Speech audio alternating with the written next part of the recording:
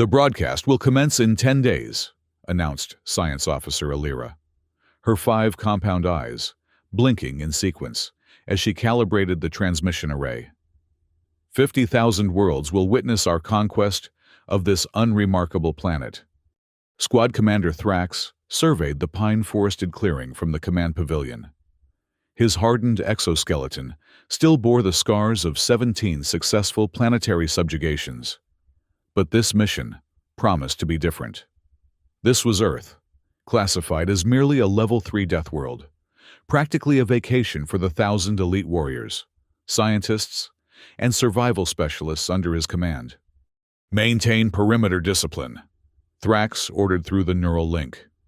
Remember, this is still technically a death world, even if it's rated as one of the safest zones on the planet. War General Vorsic snorted, the sound grating through the comm system. My warriors grow restless, Thrax. This Oregon presents no worthy challenge.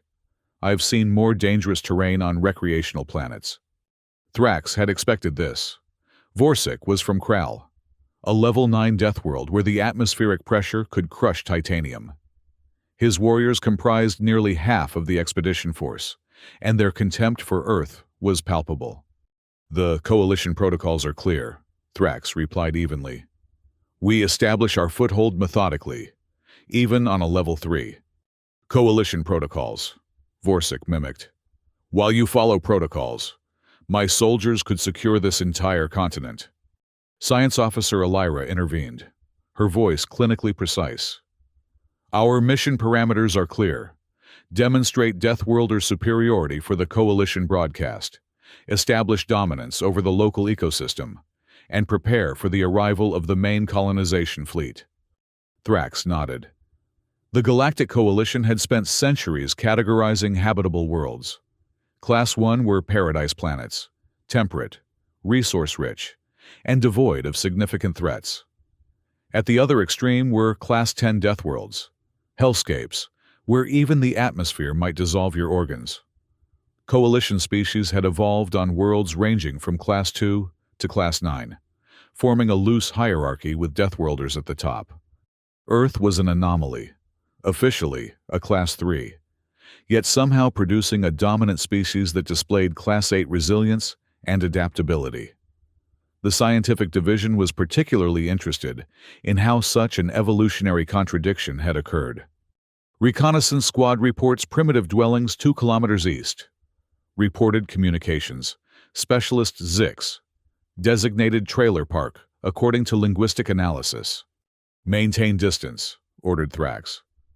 First contact protocols will commence after we've secured our position and understood the local threats.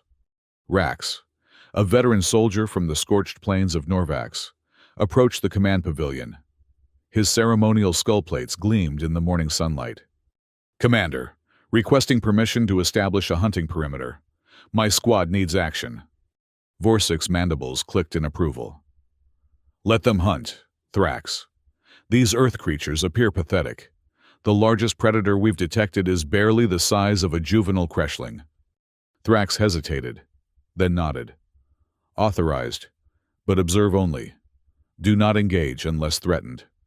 Rax saluted and departed with 5 of his finest hunters, disappearing into the trees with practiced silence. 17 minutes later, the screaming began. Perimeter breach! Medical team to Sector 4. The frantic call came over the neural link, accompanied by vitals dropping rapidly across the tactical display. Thrax raced through the camp, Vorsic and Alira close behind. They found 4 members of Rax's squad, huddled in defensive formation, their weapons trained on the surrounding forest. Where is Rax? Demanded Thrax. A trembling soldier pointed to a small clearing ahead. It came from nowhere. Commander! Thrax pushed forward, plasma rifle ready. What he found defied logic. Rax, veteran of 17 planetary campaigns, survivor of the acid mists of Thogar, lay dead. His reinforced thoracic plating had been punctured cleanly through, major organs shredded. Standing calmly 20 meters away, chewing on vegetation, was the killer, a mid-sized quadruped with branching cranial protrusions. A deer, whispered Elira, consulting her datapad. Herbivore, non-aggressive, threat assessment, negligible. Negligible, roared Vorsic. It killed Rax. The deer lifted its head, ears twitching, then bounded away with astonishing speed. Impossible, muttered Thrax. Rax survived the glass scorpions of Delta's Prime. Elira knelt beside the body, analyzing the wound pattern. The cranial protrusions appear to have been used as weapons, despite no evolutionary precedent for such behavior in this species. Fascinating. Fascinating, Vorsic bristled, his war spines extending. Mobilize the battle groups. We will hunt down every one of these deer creatures. No, Thrax countermanded. We follow protocol. Secure the landing zone.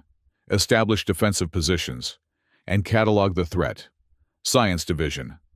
I want complete analysis of all local fauna, prioritizing these deer. As they returned to camp, the sky darkened with storm clouds. Their communication satellites reported unusual electromagnetic interference. Commander, called Zix from the comm station. We're losing contact with the orbital array and the camera drones. Solar flare activity? Asked Thrax. Negative. The interference pattern is unprecedented. The first drops of rain began to fall as night descended. By morning, they had lost contact with the Coalition fleet. They were alone. Dawn revealed new casualties. 3 specialists from the Botanical Survey team lay contorted in their sleep chambers. Their respiratory systems shut down. Toxin analysis complete, reported Elira grimly. They ingested spores from a local fungus species. Apparently, they were conducting taste analysis. They were following standard protocol for edibility testing, protested her assistant, Neelix. Evidently, Earth protocols differ, replied Elira. The fungus contains compounds that specifically target our neurological systems. It's as if... As if what? Demanded Thrax. As if they evolved specifically to defend against our physiology, which is, of course, impossible. Vorsic stormed into the medical pavilion.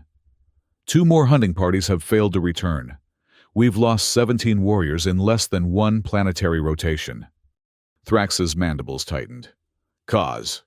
1 group was found encased in adhesive strands produced by arachnids smaller than my digit. Vorsic held up a finger for emphasis. The other. His voice faltered. The other appears to have been ambushed by small mammals with striped fur and hand-like appendages. Raccoons, supplied Elira. Scavengers, non-predatory.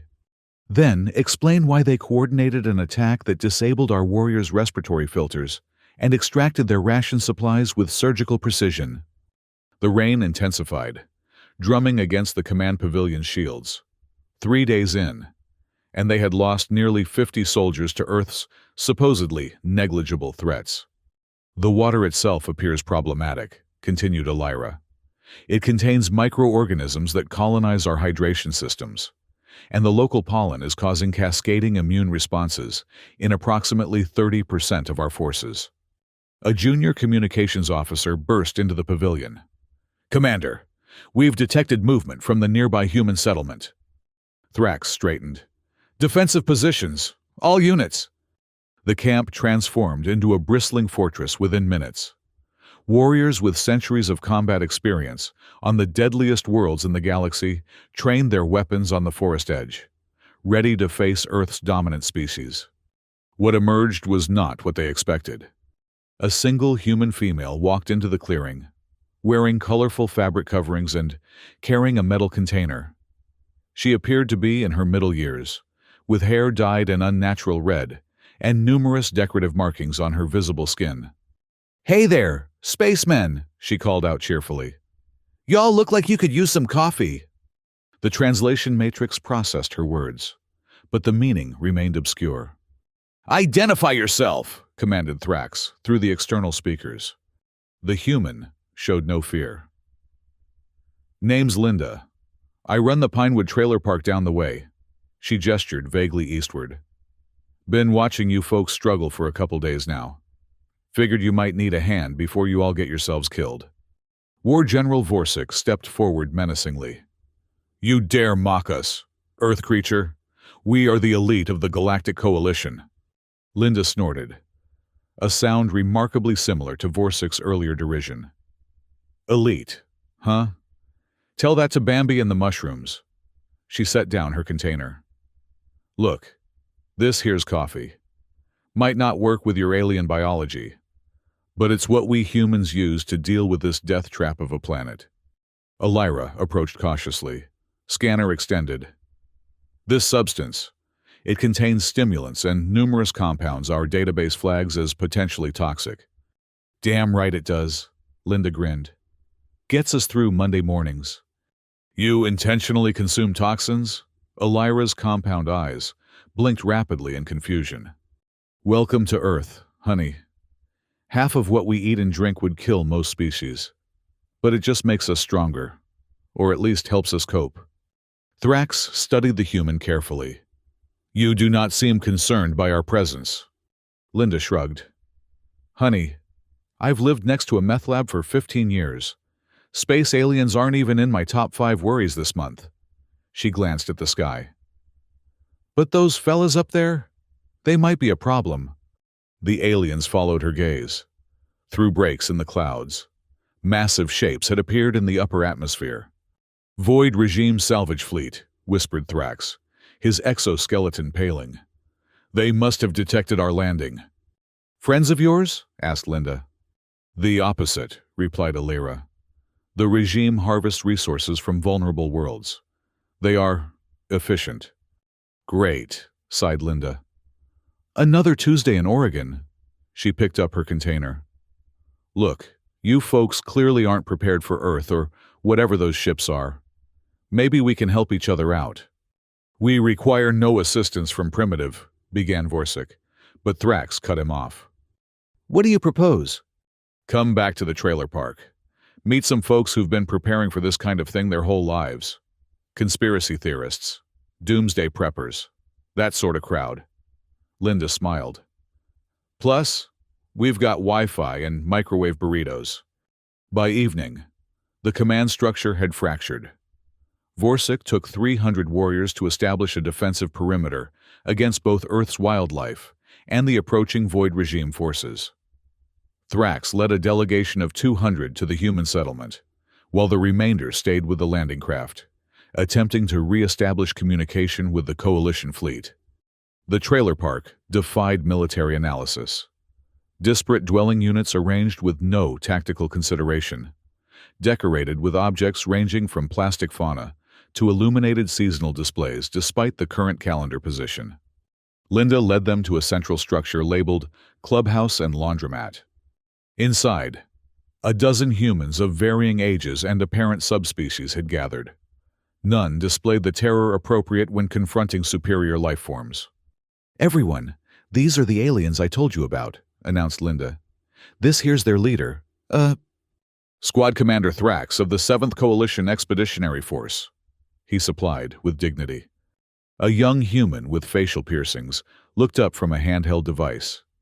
Cool. I'm Malik. I do their TikTok and socials. He pointed to an older human male. That's Vince. He's been waiting for you guys since the 80s. Vince, a grizzled human with facial hair and multiple layers of protective clothing, nodded solemnly. Always knew you'd come. Got my bunker ready and everything. We maintain multiple shelter locations, explained another human female, who introduced herself as Jeanette. I coordinate our community response plans. Been doing it since the government tried to put tracking chips in our breakfast cereals. Elira's scientific curiosity overrode her caution. You have preparation protocols for extraterrestrial contact? Honey, we've got protocols for everything, replied Linda. Alien invasion, nuclear winter, zombie apocalypse, electoral college tie, you name it. But you are not a military organization, stated Thrax, confused. A tall, muscular human with elaborate skin illustrations stepped forward. Name's Takakota. 3 tours in Afghanistan. But most of us are just regular folks who know how to survive when systems fail. Elira scanned the gathered humans with increasing fascination. Your species evolved on a Level 3 death world. How have you survived without Coalition-level technology? Malik laughed. We just built different. What my young friend means, explained Takakota, is that humans adapted through innovation rather than physical evolution. We're objectively fragile compared to your species, but we compensate with tools, community, and, he grinned, a really twisted sense of humor. Humor as survival adaptation? Elira made notes rapidly. Fascinating. While the scientists exchanged information, Thrax consulted with Takakota about the Void regime threat. The human grasped tactical concepts quickly, suggesting local terrain features that could provide advantage against the technologically superior enemy. Your weapons are impressive, noted Takakota, examining a plasma rifle with professional interest. But they won't matter if you don't understand the battlefield. This forest? It's been trying to kill us for generations. The gathering was interrupted by the arrival of 3 bloodied warriors from Vorsik's contingent. General Vorsik requests immediate reinforcement, gasped the lead soldier. We are under attack from indigenous megafauna. Bears? Asked Linda. Negative. The translation matrix identifies them as Canadian geese. The humans exchanged knowing looks. Yeah, you don't mess with geese, said Malik. Those things are pure evil. They have flanked our position and driven us into a region designated as National Park, continued the messenger. We are now contending with small primates that have learned to operate our equipment latches. Damn trash pandas, muttered Vince. Clever little bastards. Thrax dispatched a rescue team, but by the time they reached Vorsik's position, they found a scene of chaos. The proud war general and his remaining forces had retreated to elevated positions in the trees, while dozens of raccoons systematically disassembled their supply caches below. The reunited forces established a new base at the edge of the trailer park, incorporating both coalition technology and human improvisation. 4 days had passed since landing, and they had lost nearly 200 personnel to Earth's environment alone. The Void regime fleet will make planetfall within 48 hours, reported Zix grimly. Standard protocol. They'll eliminate resistance, then strip the region of valuable resources. Including us, added Linda. Jeanette's cousin works at the Walmart in Eugene. Says they've got shelters under the store.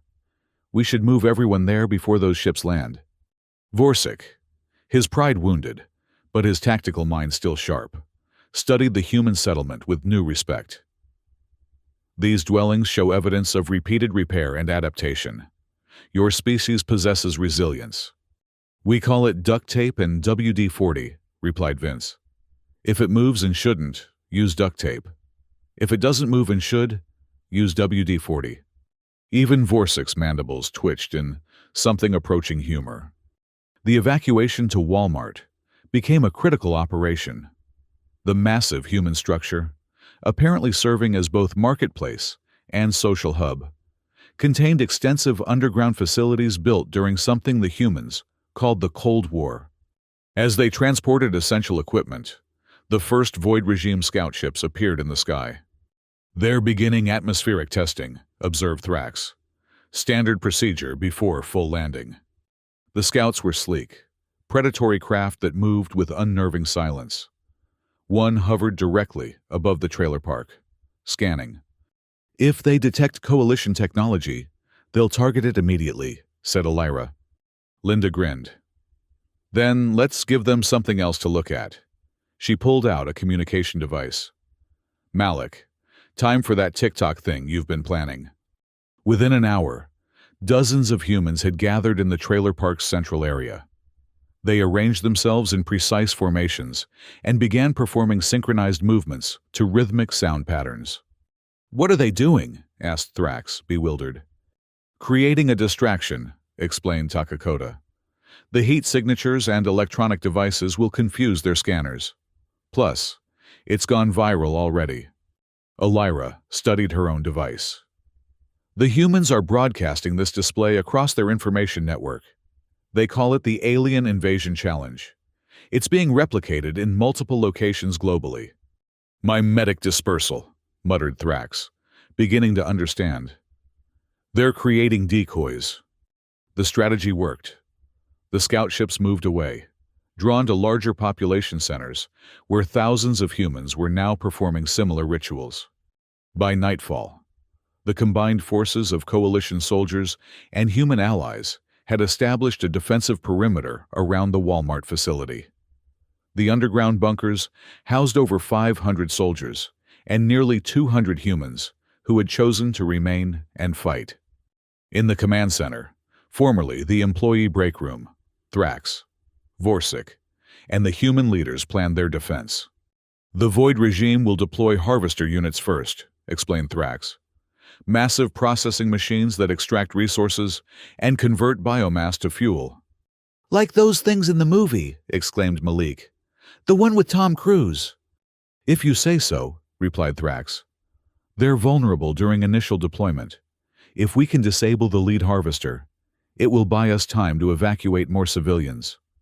Takakota spread out a map.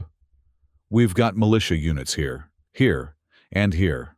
Local hunters, some military veterans. Not much against space invaders, but they know the terrain. Vorsic, who had gained a grudging respect for human adaptability, added his tactical assessment. My remaining warriors can provide heavy assault capability, but we need your people's knowledge of the environment.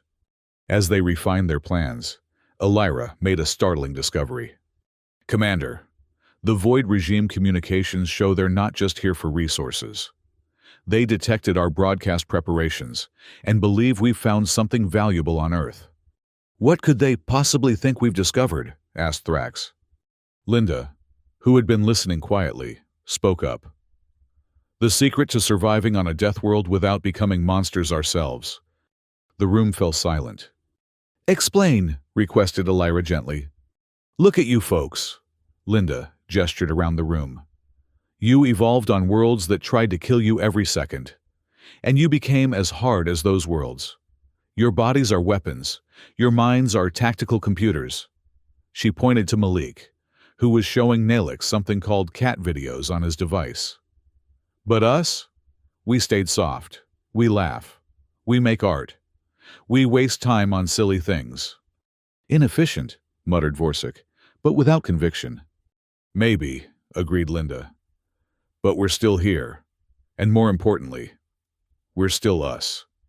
That's what the Void regime really wants. Not our resources. The secret to remaining. People. Even when everything tries to kill you. Dawn broke with the ominous shadow of the Void regime harvester ships darkening the sky. Massive, insectoid machines descended through the clouds, their processing arms extending like the legs of monstrous spiders. Primary target identified, announced Thrax, highlighting the lead harvester on the tactical display. If we can breach its central processing core, the secondary units will temporarily shut down for protection protocols. The combined force moved into position. Coalition warriors, armed with advanced weapons and protected by battle armor, took the front lines. Human forces provided support, their knowledge of the terrain proving invaluable. Remember, stay away from the creek beds, warned Vince. Flash flood season? And watch for poison oak, added Jeanette.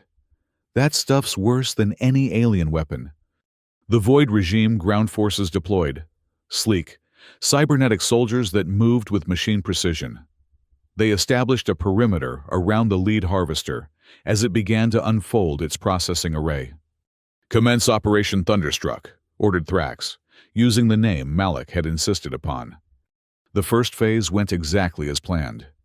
Human diversionary teams drew regime patrols into carefully prepared kill zones, where coalition snipers eliminated them with surgical precision. Simultaneously, Vorsic led a frontal assault that occupied the main regime defense force. Thrax, commanding the strike team targeting the harvester itself, advanced through the chaos. His 8-soldier team included Elira, whose scientific knowledge was crucial for identifying the harvester's vulnerabilities. They had almost reached the harvester when everything went wrong. A hidden regime ambush squad emerged from concealed positions. In the first volley, 3 of Thrax's team fell. The remaining 5 took cover behind fallen trees, returning fire as the harvester loomed above them, its processing arms beginning to glow with activation energy. "We can't reach the core access point," reported Thrax over the tactical net. "Position compromised." The response came not from coalition forces, but from Linda's voice. "Hang tight, spaceman. Cavalry's coming." From the forest emerged an incongruous sight. 3 human recreational vehicles moving at high speed, modified with makeshift armor plating. They smashed through the regime perimeter, scattering the ambush force. The lead vehicle skidded to a halt near Thrax's position. The side door opened to reveal Linda at the controls, with Malik operating what appeared to be a repurposed mining laser. "Get in, losers. We're going harvester hunting," she called out. Thrax and his remaining team scrambled aboard as Malik laid down covering fire. The RV accelerated toward the harvester's undercarriage. "The access port is there." Elira pointed to a maintenance hatch. "But we need at least 3 minutes to override the security protocols." "You'll get your 3 minutes," promised Linda, flooring the accelerator. The RV crashed directly into the harvester's support strut. The impact deployed airbags throughout the vehicle's interior, protecting the occupants, while the modified front end wedged firmly into the harvester's undercarriage. "Go!" ordered Linda, blood streaming from a cut on her forehead. "We'll hold them off!" Thrax, Elira, and 2 remaining soldiers climbed through the crushed front end and accessed the maintenance hatch. Inside, they found themselves in the harvester's engineering section. "The core is 2 levels up," said Elira, consulting her scanner. "We need to—" An explosion rocked the harvester. Below, they could hear plasma fire and human projectile weapons exchanging salvos. "They won't last long," said Thrax. "We move now." They fought their way upward, encountering regime security drones that emerged from recessed compartments. Thrax's warrior training proved its worth as he systematically disabled each threat, but not without cost. By the time they reached the core level, only he and Elira remained. The core itself was protected by energy fields and automated defense systems. "I need 90 seconds to bypass the security," said Elira, connecting her datapad to the control interface. "You'll have it," replied Thrax, taking position at the only entrance. Wave after wave of security drones attacked as Elira worked. Thrax's armor was breached in multiple places, caustic hydraulic fluid from destroyed drones eating through his natural exoskeleton. Still, he held. "Done!" called Elira finally. "The core is exposed." At that moment, a heavily armed regime commander burst through the doorway. Thrax engaged him in hand-to-hand combat, their augmented strength shattering equipment as they grappled. "Plant the charges," Thrax ordered as he fought. "Complete the mission." Elira hesitated, then moved to the core, attaching the demolition devices they had brought. "Charges set! 30-second countdown!" The regime commander gained the upper hand, pinning Thrax against a bulkhead. His armor-piercing blade raised for a killing strike. It never fell. Instead, the commander's head snapped back as a projectile tore through his cerebral casing. In the doorway stood Linda, holding a smoking human weapon. "Like I said, cavalry." "We must evacuate immediately," urged Elira, helping Thrax to his feet. "The charges—" began Thrax. 20 seconds, confirmed Elira. They ran, following Linda through the harvester's maintenance corridors. Behind them, the countdown continued. "Exits blocked," reported Linda as they reached a sealed bulkhead. "Regime troops." Thrax assessed their options rapidly. "Alternative route?" Linda pointed to a narrow maintenance shaft. "That probably leads to a disposal chute. One-way trip." "Go," ordered Thrax, pushing Elira toward the shaft. "Both of you." "Commander," protested Elira. "That's an order. Science officer." Thrax's mandibles formed the closest approximation of a human smile his physiology allowed. Someone needs to tell this story. Before they could argue further, He sealed the bulkhead behind them. Through the small viewport, Elira saw him turn to face the approaching regime forces, weapons ready. The explosion came seconds later. The shockwave propelled Linda and Elira through the maintenance shaft and out of the harvester moments before it collapsed. They landed in a retention pond, the water cushioning their fall. As they surfaced, they witnessed the harvester's catastrophic failure cascading through the regime fleet. Secondary explosions blossomed across the sky as emergency protocols triggered chain reactions. "It worked," whispered Elira, her compound eyes fixed on the spectacle above. "Course it did," replied Linda, wringing water from her hair. "Now, let's find the others." The aftermath was grim. Of the 1,000 elite coalition warriors who had landed on Earth's safest zone, fewer than 50 survived the combined threats of Earth's ecosystem and the Void regime attack.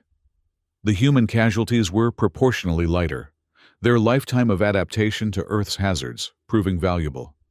In the days that followed, the remaining coalition forces integrated with the human community. Technological exchange began cautiously, with both sides recognizing the dangers of too rapid advancement. 3 weeks after the battle, a coalition recovery vessel established contact. They found the survivors housed in the underground bunker beneath the Walmart, where human and alien medical personnel worked side by side to treat the wounded. To everyone's shock, Thrax was among them. "The blast wave actually threw me clear," he explained to a disbelieving Elira.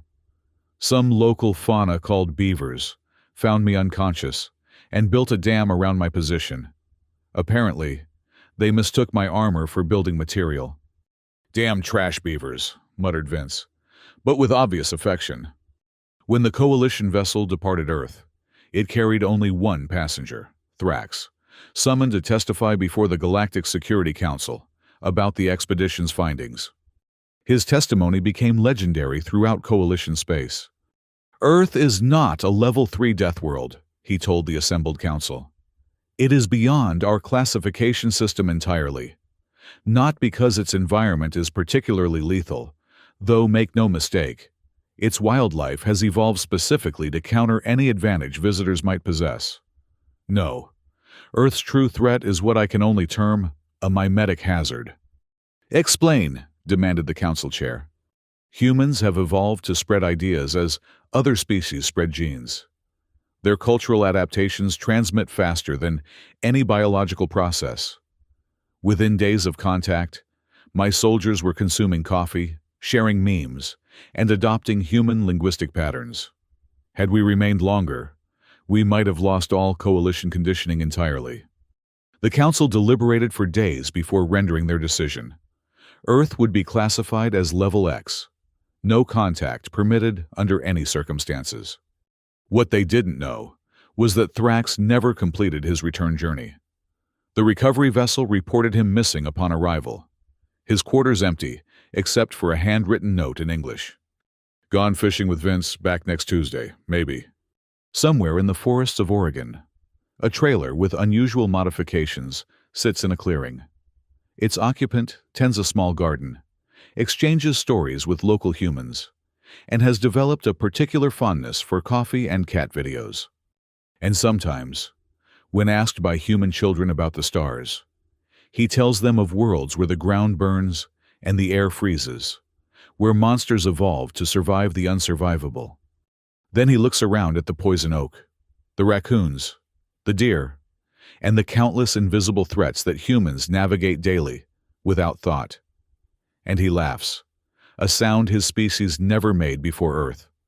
Because the greatest lesson of Earth, the secret the Void regime sought, wasn't about survival at all. It was about living anyway, with humor and community and absurdity as the greatest weapons against a universe determined to extinguish all light. 1,000 Deathworlders landed on Earth's safest zone. Only one remained, by choice. And he wouldn't have it any other way.